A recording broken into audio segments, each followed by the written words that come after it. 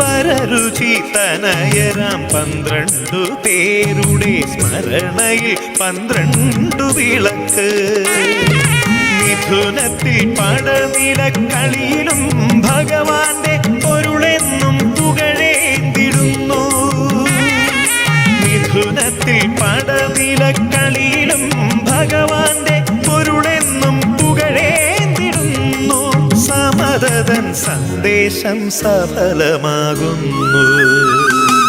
പരബ്രഹ്മമൂർത്തിയെ തൊഴുതു ഓച്ചിറ പാർവതി കാന്തനെ തൊഴുതു.